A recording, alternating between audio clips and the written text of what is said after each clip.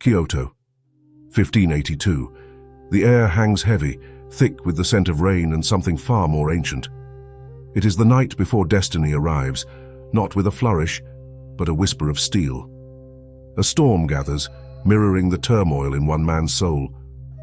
This is the tale of Oda Nobunaga, the Demon King, architect of a fractured Japan's fragile unity. Tonight his power feels like a shroud, his ambition a heavy chain. The wind howls, carrying the weight of countless lives he has shaped or ended. He stands in his chambers at Honnoji Temple, a temporary refuge in the heart of the capital. Outside, the city sleeps, unaware of the vortex centered here. Inside, the silence is broken only by the storm's growing fury and the frantic beating of his own heart. Nobunaga, the man who defied gods and men, feels a chill that has nothing to do with the weather. It is the cold touch of dread, a premonition that claws at his resolve. He is surrounded by his most trusted guards, yet feels utterly, terrifyingly alone. The rain lashes against the shoji screens, each drop a tiny drumbeat of impending doom. He hears sounds that aren't there, the distant clash of swords, the murmur of voices plotting in the dark. Paranoia, a constant companion, tightens its grip tonight. His empire was built on ruthless efficiency and absolute loyalty. But loyalty is a fragile thing, easily broken by fear or ambition. He has demanded everything from his vassals, pushing them beyond human limits. Has he pushed one too many? Every shadow in the room seems to lengthen, twisting into grotesque shapes. They are the faces of his enemies vanquished but not forgotten. The monks of Enryaku-ji burned alive. The rival warlords crushed under his heel. Their silent accusations fill the air. He remembers the prophecies, the superstitions whispered in hushed tones across the land.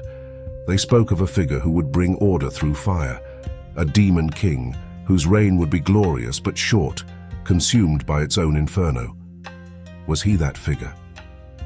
His hand instinctively drifts to the hilt of his favorite katana, a masterpiece of samurai craftsmanship. The steel is cold, familiar. It has been his constant companion, the instrument of his will, the final arbiter of his justice. He draws it a fraction of an inch from its sire.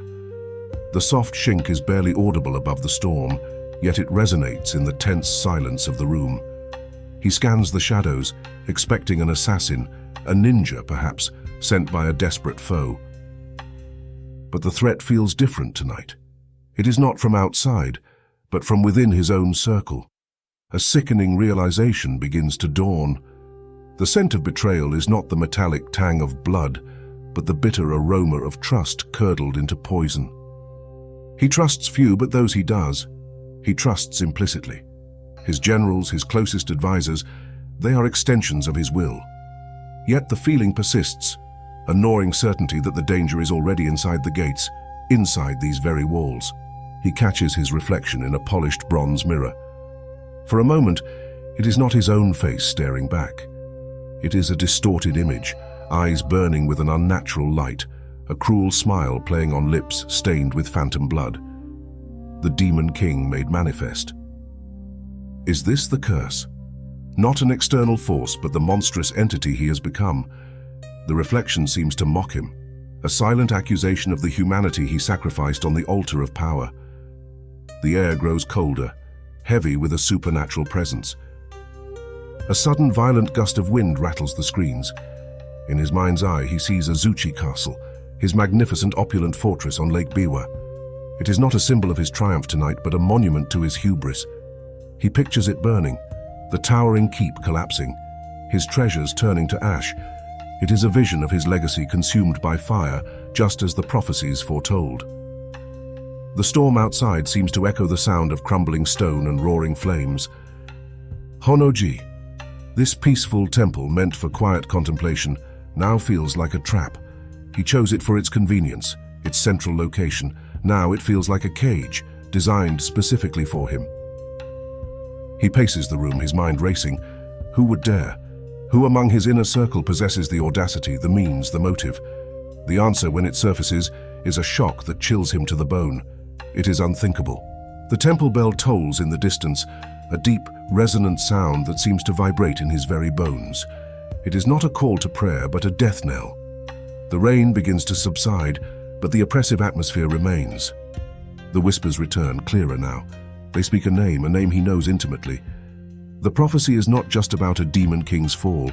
It is about how he falls, from within, by the hand of one he elevated. He looks out the window again. The horizon is dark, but for a faint, unnatural glow. It is not the dawn. It is the distant reflection of fire. Azuchi. Or perhaps closer.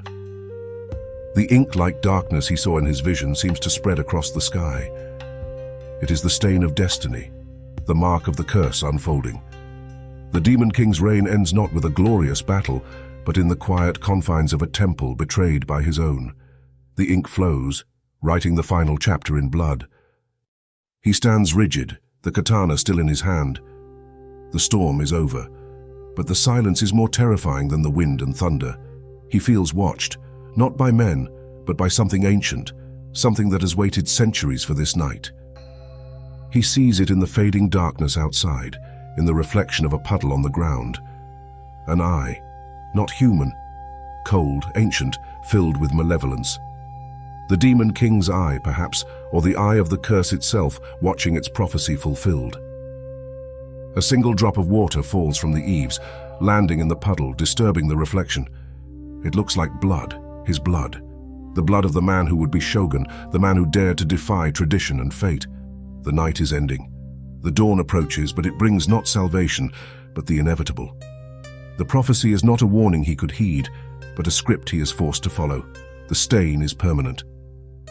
The storm has passed, the temple bell is silent. The night gives way to a dawn he will not see, but the mark remains. The stain of betrayal, the curse of the Demon King, is etched into the very fabric of history. Oda Nobunaga's end was written long ago, not just in the stars, but in the hearts of men he pushed too far. The prophecy was fulfilled, the stain set, and it remains, a haunting reminder of the night the Demon King fell, not to an army, but to the demon within.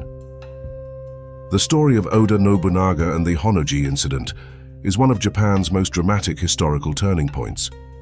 If the chilling mystery of this night, the complex figure of the Demon King, and the intricate world of samurai betrayal captivate you, there's so much more to uncover.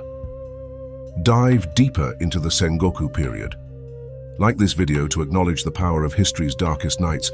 Subscribe to our channel for more tales of legendary samurai and pivotal moments in Japanese history, and leave a comment below sharing your thoughts on Nobunaga's legacy or suggesting other historical mysteries we should explore. Your journey into the past is just beginning.